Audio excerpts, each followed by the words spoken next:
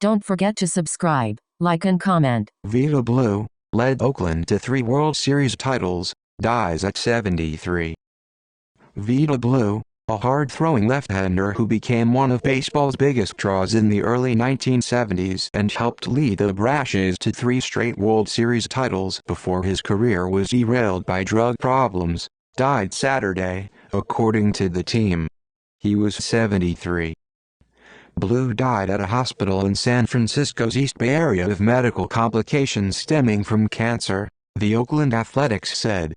Blue had used a walking stick to assist his movement at a 50th anniversary of the 1973 A's championship team on April 16. He was engaging. He was personable.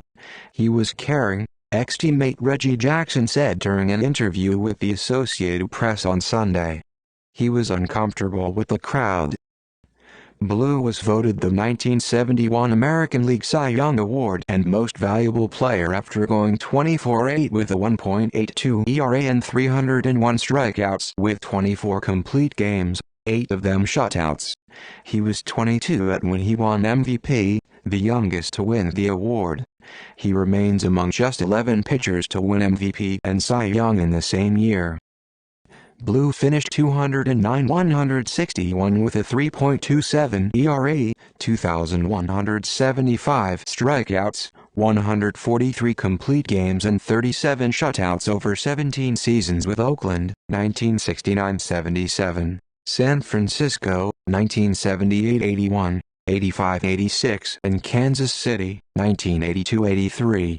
He appeared on the Hall of Fame ballot 4 times, receiving his most support at 8.7% in 1993, far short of the 75% needed. That Hall of Fame thing, that's something that I can honestly, openly say I wish I was a Hall of Famer, Blue told the Washington Post in 2021, and I know for a fact this drug thing impeded my road to the Hall of Fame, so far. A 6-time All-Star and 3-time 20-game winner, Blue helped pitch the swinging A's, as Charlie Finley's colorful, mistake-filled team was known, 2 consecutive World Series titles from 1972-74. Since then, only the 1998-2000 New York Yankees have accomplished the feat. He became the first pitcher to start the All-Star game for both leagues, opening for the AL in 1971 and 75 and the NL in 78. I remember watching a 19-year-old phenom dominate baseball, and at the same time alter my life, Dave Stewart, a 4-time 20-game winner for the A's a generation later, wrote on Twitter. There are no words for what you have meant to me and so many others. Jackson was shocked by how much weight Blue had lost when he saw him at the 50th reunion. I did not recognize him, Jackson said. I was shattered. I was shaken. That will stick with me the rest of my life. Selected by the then Kansas City Athletics on the 2nd round of the 1967 amateur draft, Blue made his big league debut with Oakland on July 20, 1969, about a week shy of his 20th birthday. He made 4 starts and 12 relief appearances, then spent most of 1970 at AAA Iowa. Called up when rosters expanded, he pitched a 1-hit shutout at Kansas City in his 2nd start. In his 4th start, Blue pitched a no-hitter against Minnesota on September 21, at 21 years. 55 days that made him the youngest pitcher to throw a no-hitter since the live ball era started in 1920. There are few players with a more decorated career than Vida Blue, the A's said in a statement. Vida will always be a franchise legend and a friend. He held out after his MVP season and signed a $50,000 one-year deal. Blue didn't make his first start of 1972 until May 24 and went 6-10, mostly out of the bullpen.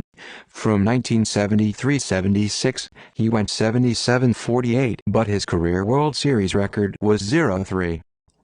In 1975, he pitched the first 5 innings of a no-hitter against the California Angels, but was pulled early by manager Alvin Dark to rest him for the playoffs in a game finished by Glenn Abbott, Paul Lindblad, and Raleigh Fingers.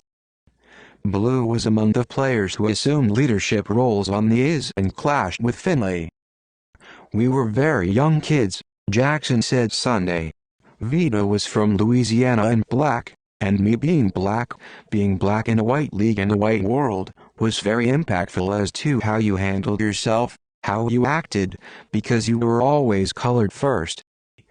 Finley attempted in June 1976 to trade Blue to the New York Yankees for $1.5 million and Joe Rudi and Rollie Fingers to the Boston Red Sox for $1 million each. Kuhn vetoed the deals under the commissioner's authority to act in the best interest of baseball. In December 1977, Kuhn stopped Finley from trading Blue to Cincinnati for $1.75 million and minor league first baseman Dave Revering. Blue was traded to the Giants the following March in a deal that brought Oakland 7 players, including outfielder Gary Thomason and catcher Gary Alexander. Blue was dealt to the Royals in March 1982 and released in August 1983.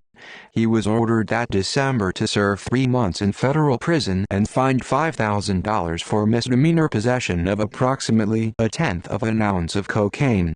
Blue was sentenced to 1 year in prison, but U.S. Magistrate Judge J. Milton Sullivan suspended the majority of the term. Blue didn't play in 1984 and was suspended at July 26 by Major League Baseball through the remainder of the season for illegal drug use. He returned to baseball with the Giants for 2 seasons starting in 1985. Blue was among the players ordered by Baseball Commissioner Peter Huberoth in 1985 to be subject to random drug testing for the rest of their careers. After his 2005 arrest in Arizona on suspicion of DUI for the 3rd time in less than 6 years, Blue was sentenced to 6 months in jail after failing to complete his probation. But he was told he could avoid incarceration by spending time in a residential alcohol treatment program. Don't forget to subscribe, like and comment.